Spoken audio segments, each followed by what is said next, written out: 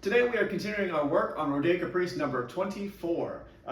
We're going to start working on the second part, the Agitato e con fuoco, or agitated and with fire. So this is starting at measure 13. First thing I would like to talk about is the bow stroke for this etude. First and foremost, start from the string for the very first note. Put the bow on the string and then clear articulation and also a bit of vibrato at the start for the first note. Now next, the bow stroke we're using for this etude is in general a détaché stroke.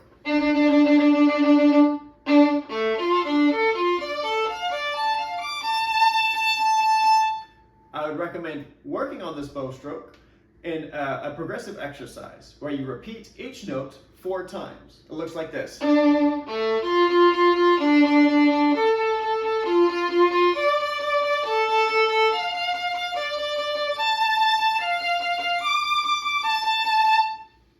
Continuing on in measure 17, it looks like this.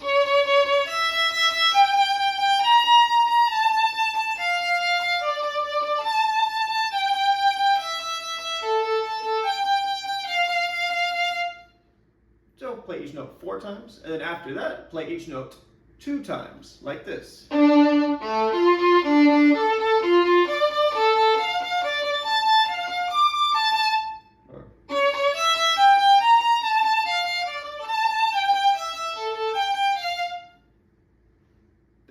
That helps to isolate the bowing, and it also gives a progressive exercise for learning at the beginning of the piece, progressively getting faster with the notes.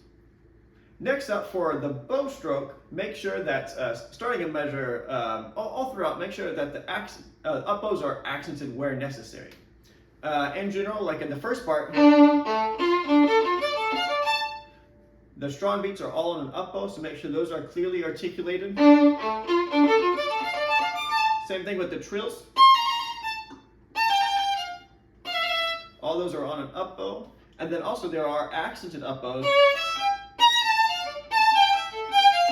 Making sure that those last notes of each grouping are accented on the up bow.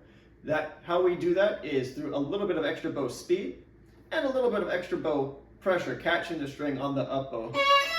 Catch, catch. We do that by adding just a little bit of extra pressure just on that one note.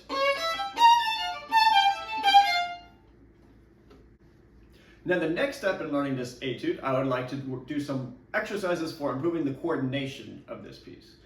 So there are some rhythmic exercises you can do. Traditionally, these would be like dotted rhythms, for example.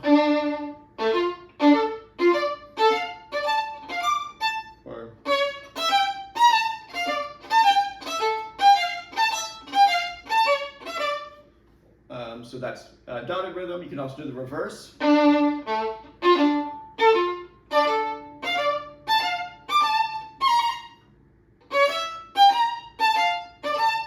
So that's long, short, long, short, long, and then short, long, short, long, short, long. Those are some rhythmic exercises you can do to improve coordination overall. Another way of improving the coordination throughout this work is a technique that I like to use for fast passages, and it's for working in rhythmic units or rhythmic impulses. In this etude, it's in 2, and each beat has 4 notes. So from here, so if that's the tempo, I work by rhythmic units, going from one beat to the next beat and just playing those notes from this beat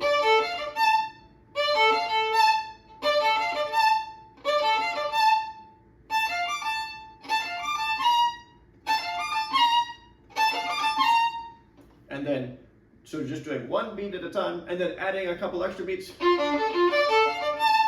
and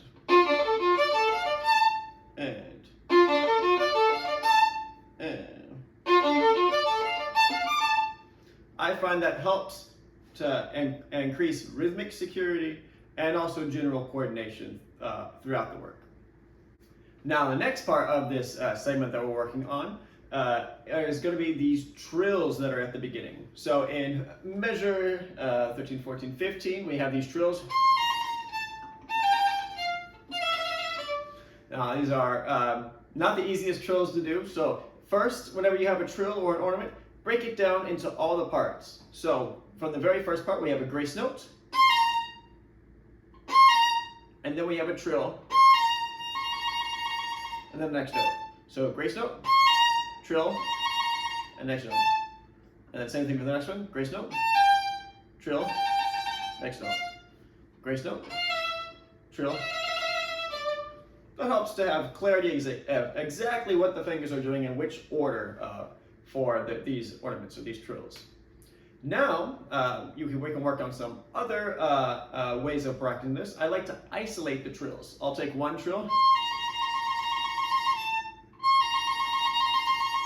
and extend it to improve the lightness of the finger and the articulation, just improving each trill individually outside of any kind of tempo or rhythm.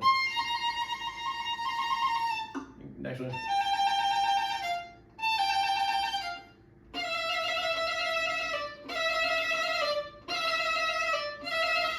I find that helps with the trill itself overall.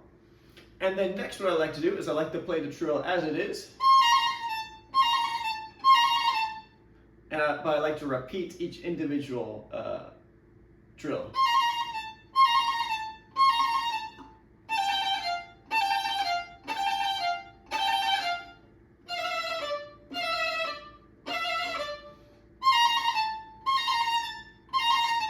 That's how I like to practice them, and then I would string it all together.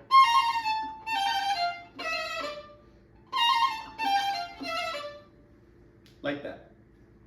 And then for this etude, there's only one other thing I wanted to talk about for this passage, and it's some of these shifts.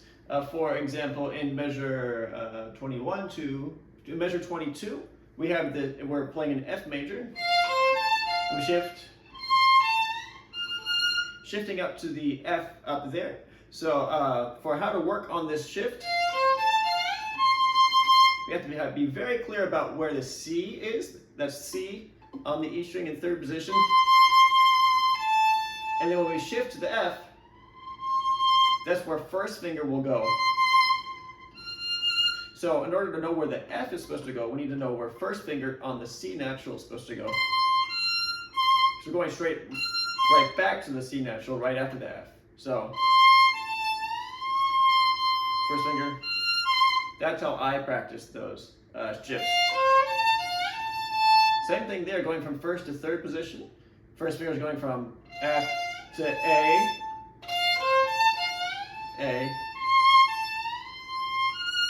Yes, these are called guiding notes. So even though you might be shifting from F to C or from A to F, you actually are playing a note in between from F, A, C, and then A, C, F.